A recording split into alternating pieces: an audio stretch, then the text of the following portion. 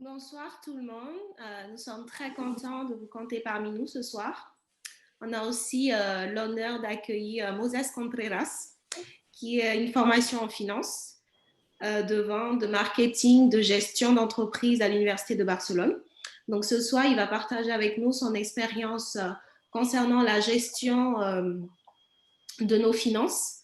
Son expérience professionnelle comprend des postes de vice-président du développement des marchés internationaux, de PDG. Il a une grande expérience dans l'élaboration des plans stratégiques pour les sociétés, à but non lucratif notamment. Il est membre du conseil d'administration de Compass Europe, en fait, qui est une organisation à but non lucratif, qui a pour but d'enseigner aux gens, en fait, comment gérer l'argent selon les principes bibliques au niveau mondial. Donc, il est conseiller aussi pour des questions financières pour de grandes organisations internationales. Il est marié, il est chrétien, il a 2 enfants et surtout, il est grand-père. Thank you.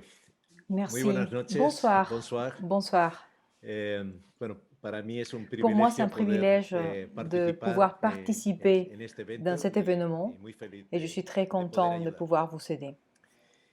Esta primera Je voulais charla commencer par une tiene como brève propósito ver introduction algunas de las aux deux cualidades que exposés debe tener un buen avant de rentrer dans le administrador vif de sujet. las finanzas Ces premiers para exposés prosperar visent à en voir tiempos de dans les crisis. qualités d'un bon Y en la gestionnaire. próxima charla Et dans la veremos prochaine herramientas, pasos enseignement, nous allons voir prácticos que des debemos choses hacer pratiques, para ce prosperar que nous en devons tiempos faire de pour crisis. prospérer dans les temps de Me crise. daría por Je serais satisfecho satisfait si si después de la après charla de hoy notre pudierais conversation en reflexionar, conférence, aunque vous sea pouviez en una de las commencer à cualidades que réfléchir, veremos, ne sera y que qu'une des sea un qualités punto de que nous inflexión verrons para et qui mejorar constitue nuestra gestión financiera. un tournant pour Si os améliorer notre pregunto, gestion ¿cómo va su financière, je dinero? serai très ¿Cómo van heureux. vuestras Je voulais vous finanzas? commencer avec la première question. Comment ça se Posiblemente passe no avec votre estamos en los argent, mejores avec momentos vos económicos finances? debido a las consecuencias Nous ne sommes económicas que peut-être esta pas dans les pandemia meilleurs moments nos está économiques en dejando raison en des cada país. conséquences économiques qu'on En el vivons caso de aujourd'hui, Francia, qui se laissent cette prevé pandémie que el dans PIB chaque pays. retroceda un Dans le cas de la 11% France, s'estime que este le año, PIB devrait y que descendre la de economía 11% cette année. francesa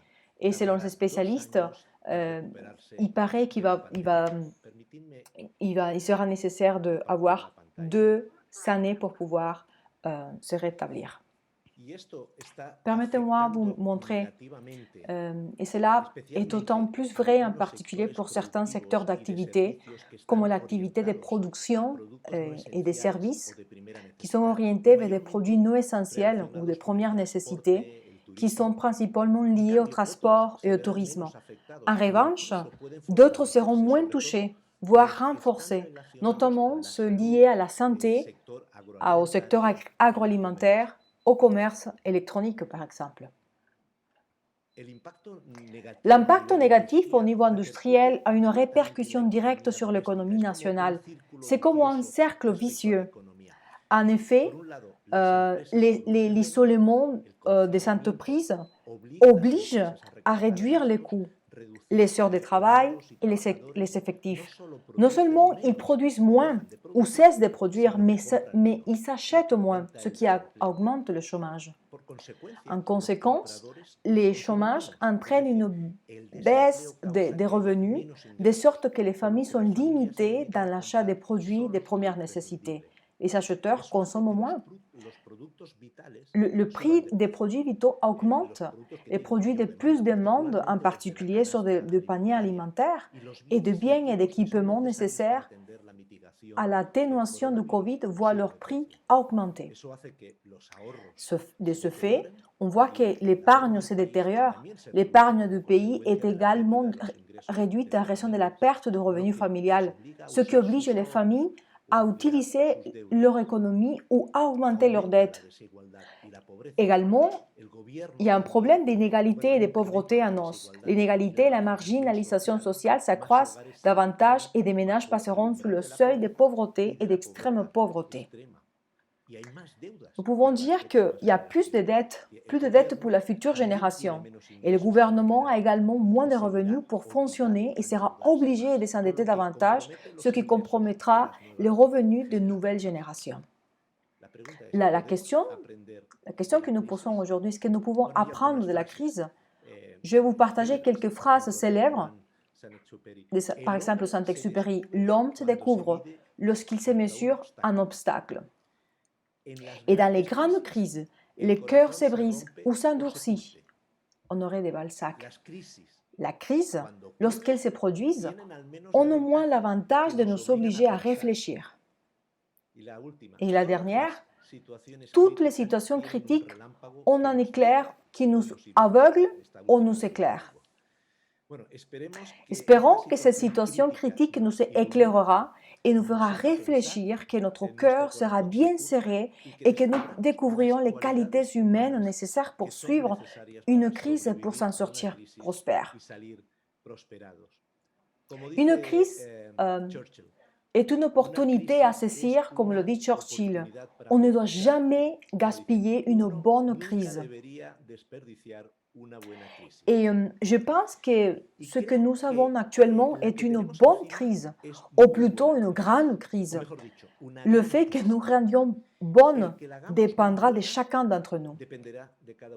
Une crise comme celle que nous vivons est une bonne occasion de réfléchir et maintenant peut-être qu'avec un café à la main et dans mon cas avec un verre d'eau en raison des horaires, c'est un environ propice pour le faire. C'est le reflet non seulement de notre activité, mais aussi de nous-mêmes.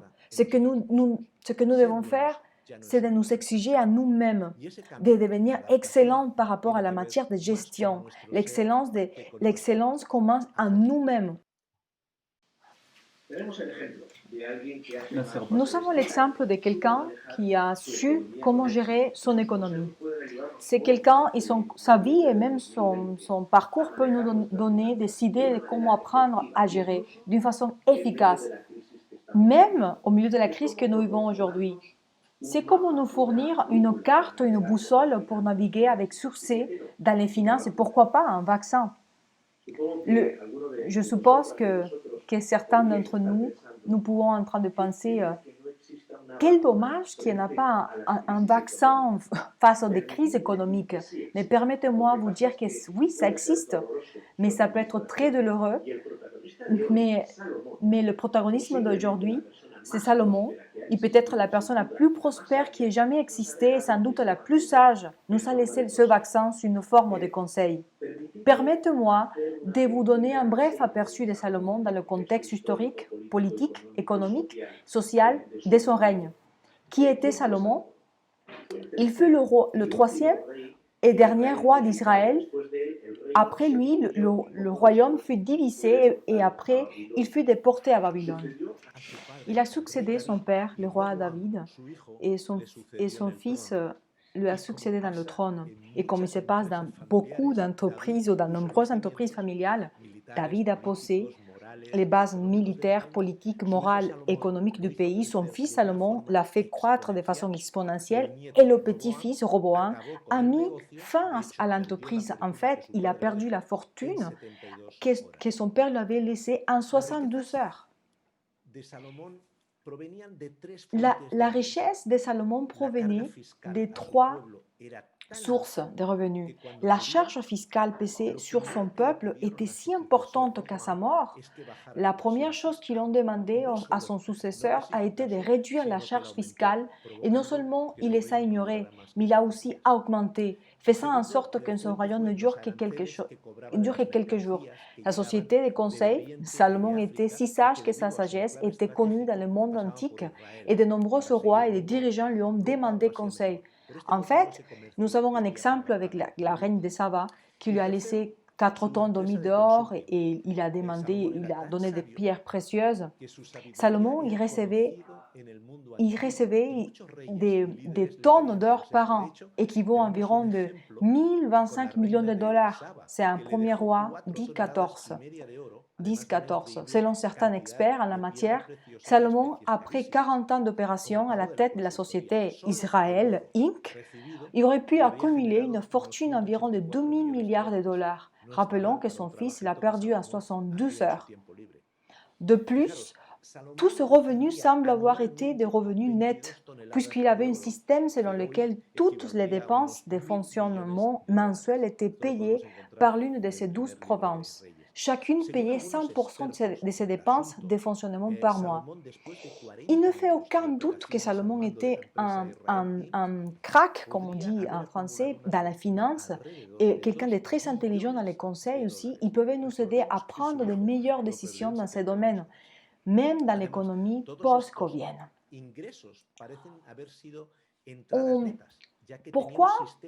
Pourquoi Salomon est si connu? En fait, il est si connu pour sa sagesse.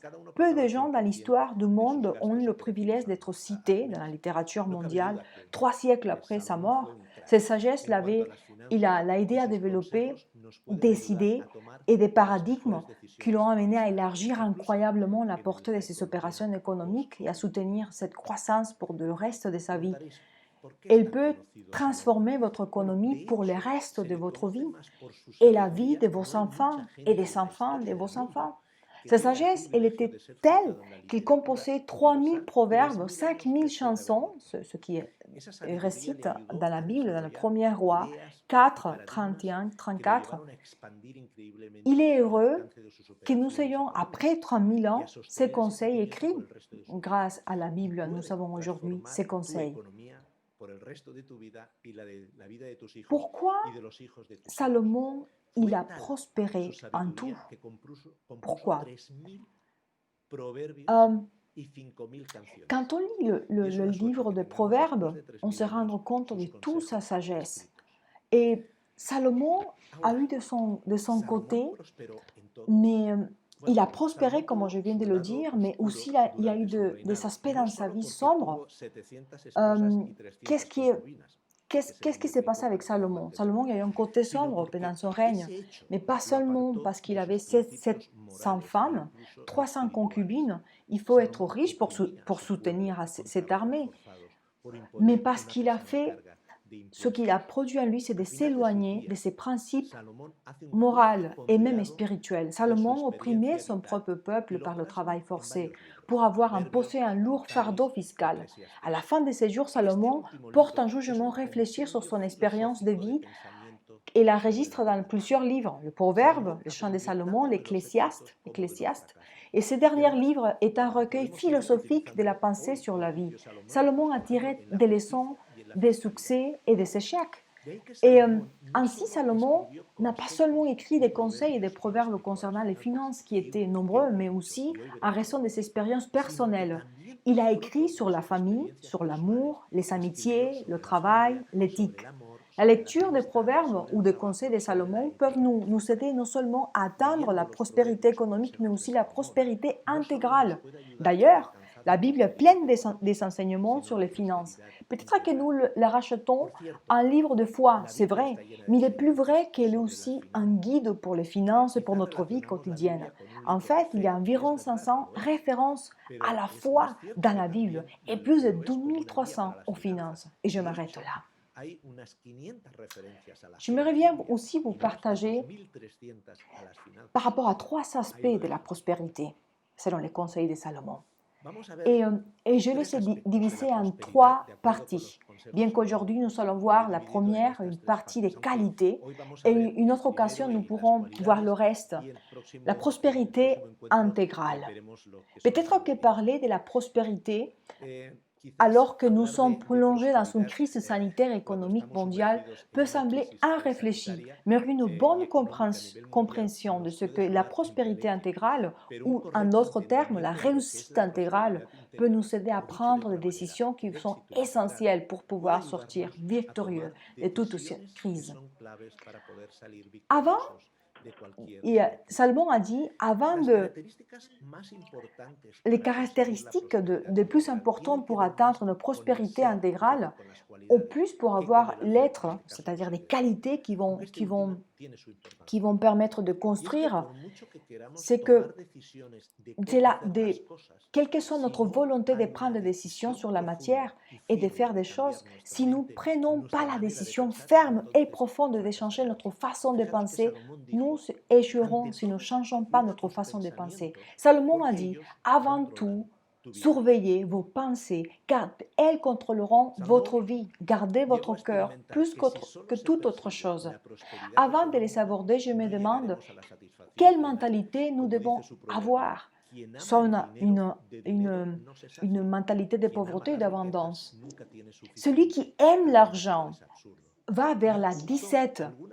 Mais il y a des choses que nous devons faire dans notre vie. La pensée doit être dans une pensée d'abondance et pas d'une mentalité de pénurie. C'est comme si nous courons et nous arrivons avec tous les aspects de notre vie en échec. Et ce n'est pas le but du Seigneur, le but de Dieu dans notre vie.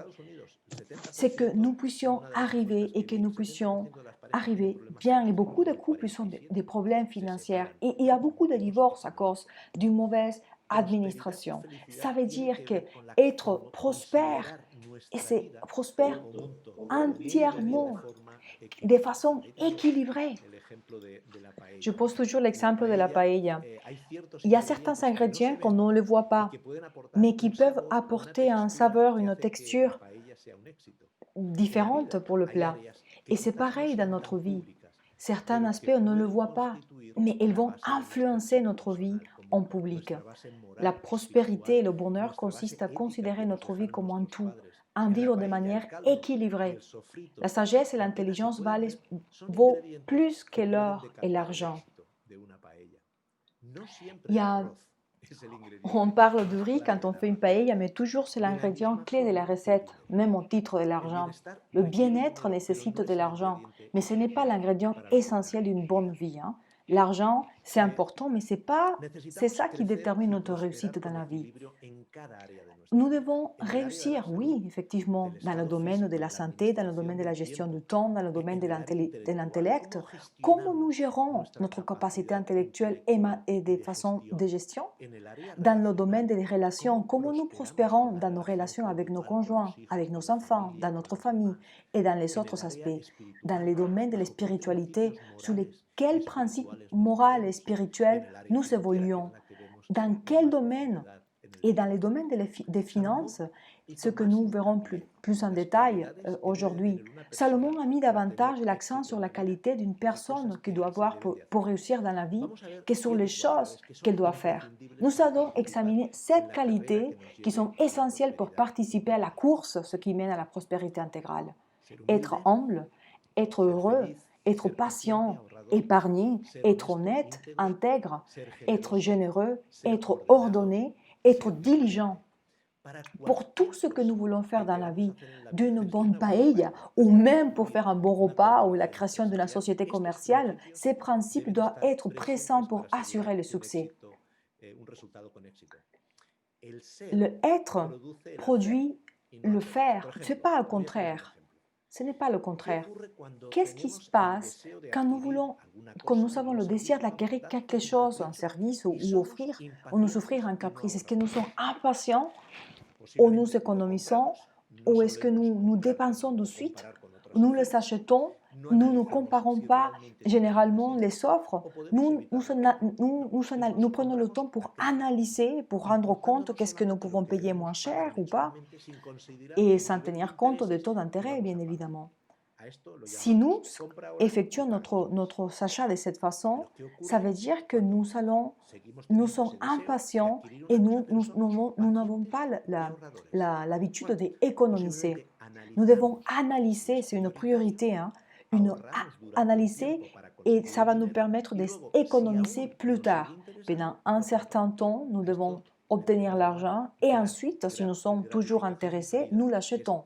Mais c'est un danger de faire des achats de suite. Nous devons réfléchir. Ce que nous sommes déterminera notre façon de penser. Notre façon de penser déterminera notre façon de prendre des décisions. Et les décisions que nous prenons peuvent nous conduire à un succès ou à l'échec. D'où l'importance que Salomon accorde aux qualités que nous devons avoir pour réussir. Et combien cela est important, surtout en temps de crise. On va commencer avec la première. Selon Salomon, pour être prospère, c'est l'humilité. Et l'humilité amène la prospérité, dit Ecclésiaste 7, 11 et 13. Dans cette vie, il faut être humble. Il faut être humble pour apprendre. Plusieurs aspects de l'habileté peuvent nous amener à une vie riche, être humble. Combien de fois nous devons étudier cela et réfléchir sur l'humilité. Salomon, il a dit, j'ai prospéré et surpassé tous mes prédécesseurs à Jérusalem, tandis que la sagesse m'accompagnait. J'aime beaucoup celui-ci et je pense que nous sommes tous d'accord. Dans cette vie, être sage, eh bien, c'est correct, mais être sage et riche, c'est mieux. La première chose que Salomon a demandé lorsqu'il a rencontré ou qu'il a monté sur le trône d'Israël était la sagesse de discerner entre le bien et le mal, de prononcer des sentences justes, de prendre des décisions justes et de devenir de plus en plus sage. D'ailleurs, Salomon a demandé que la sagesse à Dieu. Et Dieu lui a répondu, parce que tu as demandé la sagesse et non une longue vie et des richesses. Je te donnerai plus de sagesse que quiconque a vécu jusqu'à présent. Et je te donnerai aussi les richesses et la gloire. C'est donc pas une mauvaise affaire de le demander. À Dieu, demandons l'humilité, demandons la sagesse, car elle peut nous accompagner. Et si nous avons cette sagesse dans notre vie, elle va nous épargner énormément de souffrances.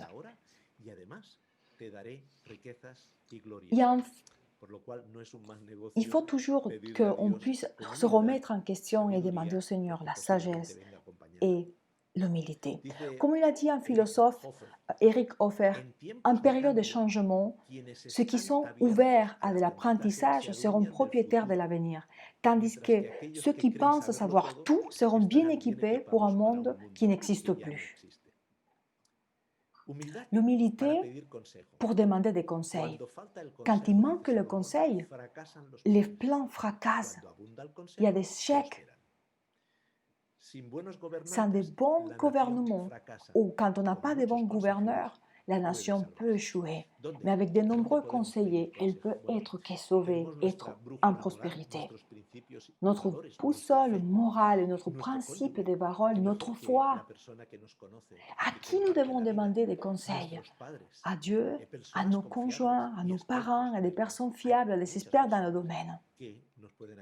C'est des gens qui peuvent nous aider. Entourons-nous de bonnes personnes. Un autre point qui est important, c'est la humilité pour vivre dans la modération. L'orgueil, ceux qui sont orgueilleux seront humiliés et les humbles seront élevés. En Proverbe 29 et 23, verset 23. J'aimerais bien vous poser vous partagez un premier exemple, le fondateur d'IKEA, par exemple.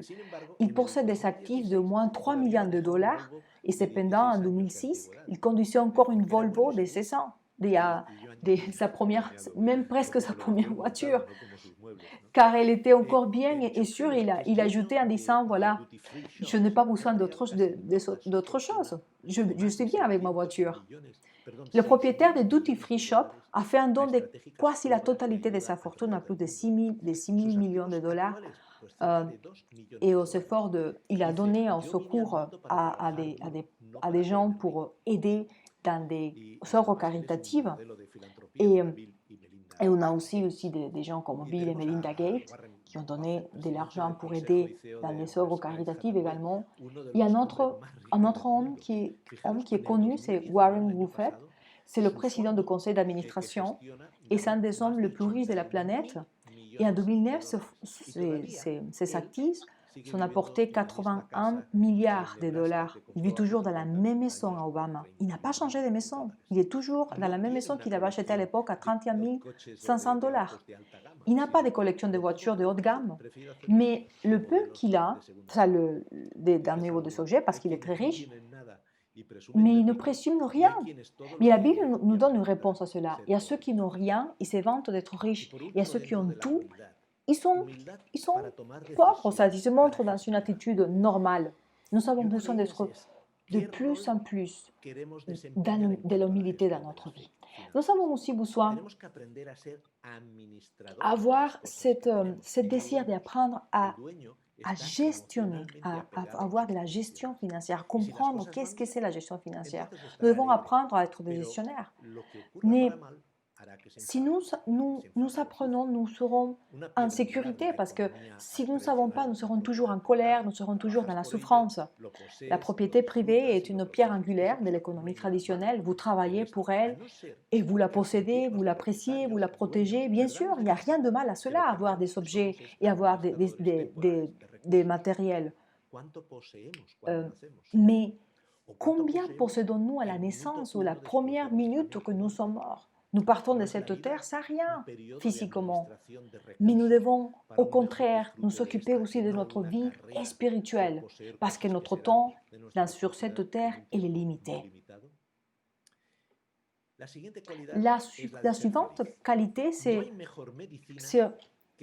il y en a des meilleures médecines pour nous d'avoir des pensées heureuses, des pensées de la façon correcte, comme on dit Proverbe 17, 22. Mangeons et buvons et donc soyons heureux car Dieu approuve ce que nous faisons. Le contentement est une des clés du bonheur. Quelles que soient les circonstances dans lesquelles nous vivons, nous devons avoir le contentement. Nous devons apprendre à vivre heureux avec ce que nous avons et non insatisfaits. Car si nous vivons insatisfaits, nous ne serons pas dans une attitude de joie. Si nous ne sommes pas heureux dans la situation que nous vivons aujourd'hui, nous ne le serons pas, même si nous améliorons notre vie financièrement. Nous devons être heureux dans les circonstances que Dieu a permis, dans lesquelles nous soyons aujourd'hui. Grâce à mon expérience professionnelle, je peux voir dans certains pays où des gens n'ont pas beaucoup, une joie. Et quand je vais dans certains endroits où les gens sont très riches ou sont des moyens, ils sont malheureux parce qu'ils sont en train de compter de l'argent, ils sont en train de voir ce qu'ils perdent. Mais tant que les gens ils vivent avec ce qu'ils ont, et si on commence à développer le contentement, être heureux avec ce qu'on a, le Seigneur il va venir à notre secours et notre aide. Cette pandémie nous a appris à valoriser les choses qui sont vraiment importantes et celles que nous devrions profiter avec notre argent. J'aimerais bien vous montrer un graphique qui semble être plus, peut-être ça pourrait être plus clair par rapport à être heureux. Il paraît que le niveau d'être heureux est relationné à la quantité d'argent que nous avons et que nous utilisons. Mais c'est pas comme ça que nous devons voir les choses. Pendant que nous avons la vie, faisons le bien et amusons-nous. Mangeons, buvons et profitons de fruits de notre travail. C'est une chose que Dieu nous permet de le faire. C'est le dit Ecclésiaste 3, versets 12 et 13. En plus, il dit, les projets que Dieu dirige, ça va être des projets qui vont réussir, mais toutes les choses qui se font dans la précipitation et dans une vaine illusion, ça nous amènera à l'échec. Salomon a également goûté à l'insatisfaction. Et même il a dit que celui qui aime l'argent, il veut avoir plus. Mais celui qui est content avec ce qu'il a, il va réussir. Et comme on est devenu dans ce monde, ainsi partira. Ecclésiastes 5, 10 et 11. Une question la plus importante que nous devons poser pour être plus heureux dans notre vie, c'est savoir combien est suffisant. C'est la clé pour vivre et planifier une vie abondante, mais aussi satisfaisante. Comme le dit Rumblou, il y a deux façons d'en avoir assez. L'un consiste à cumuler plus et l'autre à désirer moins. Voici la clé pour vivre une vie dans le contentement. Nous pouvons continuer à accumuler des choses, mais nous pouvons aussi savoir ce qu'on a vraiment besoin. Nous pouvons continuer à croître notre bonheur ou notre satisfaction lorsque nous économisons. Investissons et aidons les autres avec notre surplus. Je comprends que les conséquences économiques de cette crise nous rendent des moments difficiles à investir ou d'économiser beaucoup d'argent, mais nous pouvons revoir nos priorités de dépenses et peut-être les adapter à notre nouvelle réalité. Cela ne signifie pas que nous serons plus malheureux, mais nous sommes plutôt dans une optique d'apprendre à être tous aussi ou même plus heureux dans une nouvelle situation. Être patient et épargner, c'est une caractéristique aussi importante pour prospérer dans la vie. Si vous pensez que ce que vous faites vous aurez de l'abondance, si vous vous dépêchez, vous finirez dans la pauvreté. Proverbe 21:5. Être patient est un signe d'une grande intelligence. Être impatient est un signe d'une grande stupidité et d'un manque de pensée. La patience vaut mieux que le courage. Ce qui est facilement gagné, facilement fini. Et un exemple aussi, c'est comme le bambou. Comme le bambou japonais, il se passe quelque chose de très curieux dans le bambou japonais. Lorsque vous semez la graine, vous la fertilisez et vous arrosez constamment, vous voyez que dans les premiers mois, rien n'est appréciable, rien ne se produit. En fait, pendant les premières années, il ne se passe rien, ni pendant la 12e ou 3e année. En fait, pendant 7 ans, il ne se passe rien. Mais cependant, au cours de la 7e année et 6 semaines, ce bambou pousse sur les plus de 30 mètres. Et ensuite, qu'elle fait pendant 7 ans? En réalité, elle passe son temps à grandir de façon clandestine. C'est-à-dire, on ne le voit pas. Pendant ce temps, le bambou crée un système de racines complexes et solides qui le maintiennent ferme pendant le reste de sa vie. Cette plante a-t-elle mis seulement 6 semaines à pousser ou est-elle mis 7 ans et 6 semaines? C'est un exemple que nous devons tenir compte. Si on prend la décision de ne pas payer des intérêts dans notre vie, comment serons-nous d'ici 20 ans? Si on s'habitue toujours à payer avec des dettes, c'est-à-dire avec des taux élevés, changeons notre façon de dépenser. Si on prenait la décision de ne plus payer avec des intérêts sur sa vie, imaginez comment nous allons pouvoir épargner. Nous devons cultiver davantage notre qualité de la patience. Être généreux, c'est notre qualité. Celui qui est généreux prospère et celui qui donne reçoit aussi. Celui qui aide les pauvres aura toujours. Celui qui n'aide pas les pauvres finira dans les malheurs. Proverbe 28:27. Selon Salomon, être généreux a de nombreuses conséquences positives pour prospérer. Mais ne pas être généreux peut être des conséquences négatives. C'est dans ces moments de crise au niveau mondial que nous pouvons voir davantage cette partie plus humaine, plus compatissante envers des gens, avec leur acte de générosité, même si on peut aider matériellement ou même aider à des gens à notre entourage. Pour ceux qui sont chrétiens, la gestion financière, c'est-à-dire la façon dont nous gérons nos biens et nos façons de gérer notre économie, mais la générosité a davantage à voir avec l'économie du Seigneur envers les autres personnes à travers nous. Dieu nous bénit pour pouvoir être une source de bénédiction pour les autres. Un autre aspect aussi qu'on va le voir, être intègre, être honnête. C'est une qualité qui n'est pas à la mode aujourd'hui, mais surtout parmi les autorités ou les personnes qui devraient être des exemples. Mais celui qui cache son péché ne peut jamais prospérer. Celui qui les confesse et les quitte reçoit le pardon. La famille d'un homme honnête ne manque jamais de rien. Les gains du méchant, celui qui gagne, c'est-à-dire les gains du méchant, lui apportent des grands ennuis. Dit Proverbe 15:6. Vaut mieux d'être connu et respecté que de s'évanter d'être riche. Même Don Quichotte dit la bonne renommée vaut mieux qu'un lit d'or. Alors, c'est une autre qualité que nous pouvons avoir pour nous qui va nous aider à nous en sortir victorieux de cette crise. Nous avons l'exemple de Job. Il était droit et irréprochable. Les clés de son succès, mais nous pouvons parler de cet exemple dans une autre occasion. Dans nos entreprises, sommes-nous intègres? Nous sommes un exemple d'intégrité? Comment nous gérons notre finance? Nous sommes intègres? Nous payons les impôts? Être intègre, être honnête, signifie faire ce que nous devons faire, quand il faut le faire, et comme cela devrait être fait, quelles que soient les conséquences. C'est vrai qu'être intègre aujourd'hui, c'est un peu compliqué pour certaines personnes, mais il faut être intègre. Dieu nous demande d'être intègre. Nous avons appris que le courage vaut mieux dans le moment de difficulté. Si nous ne sommes pas courageux, nous allons manquer de force, mais sinon, nous demandons à Dieu. Le courage, il va nous le donner pour faire face à toutes les circonstances. Si nous sommes dans des circonstances dans lesquelles nous sommes en danger,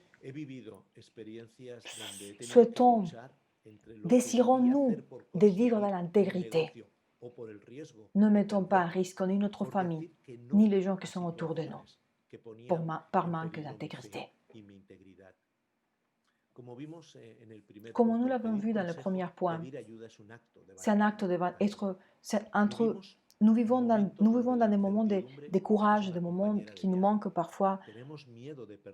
Le courage et nous avons peur de manquer. Nous avons peur de tomber malade. Ce qui nous apprend Salomon, c'est que la peur nous rend faibles. Nous ne pouvons pas nous permettre d'être faibles. Être ordonné. Salomon, il a dit, rassure-toi de connaître l'état des moutons. Les fortunes ne sont pas éternelles. Dans le temps de Salomon, il devait penser à moutons, mais aujourd'hui, nous ne pensons pas aux moutons, nous pensons à nos ressources, à la façon comme nous dépensons l'argent. Pour mettre en ordre nos finances, nous devons être ordonnés, la première chose. Il ne suffit pas simplement de connaître l'état de nos comptes, et aussi être ordonnés. Nous devons connaître l'état de notre compte et aussi les contrôler. Mais pour mettre en ordre nos finances. L'objectif de l'ordre est de faciliter la recherche et les résultats de l'ordre, la prospérité. C'est dont nous parlerons lorsque nous verrons les ingrédients de la prospérité dans la prochaine conférence. Être diligent. Je dois vous dire que nous devons travailler très dur, très dur. Nous devons travailler très dur. Si vous voulez réussir, travaillez. Si vous voulez avoir des choses sans travailler, je suis désolée, mais ça ne fonctionne pas comme ça. Si vous ne travaillez pas, vous allez rester pauvre. Mais être si vous ne trouvez pas de boulot, tu peux l'inventer, tu peux créer des choses, mais ne reste sans rien faire. Être diligent, il faut travailler. Si vous aimez rêver tout le temps, c'est le moment de vous réveiller. Ne laisse pas pour demain ce que tu peux faire aujourd'hui. Ce que nous allons voir la prochaine conférence, nous allons voir comment nous pouvons développer un plan des dépenses. Et c'est un outil que nous allons voir la prochaine fois pour apprendre à établir des buts, des limites par rapport à nos finances, la santé financière, se libérer par rapport aux dettes. Alors, si vous aimez rêver, je vais vous laisser quelques minutes pour que vous puissiez rêver un petit peu.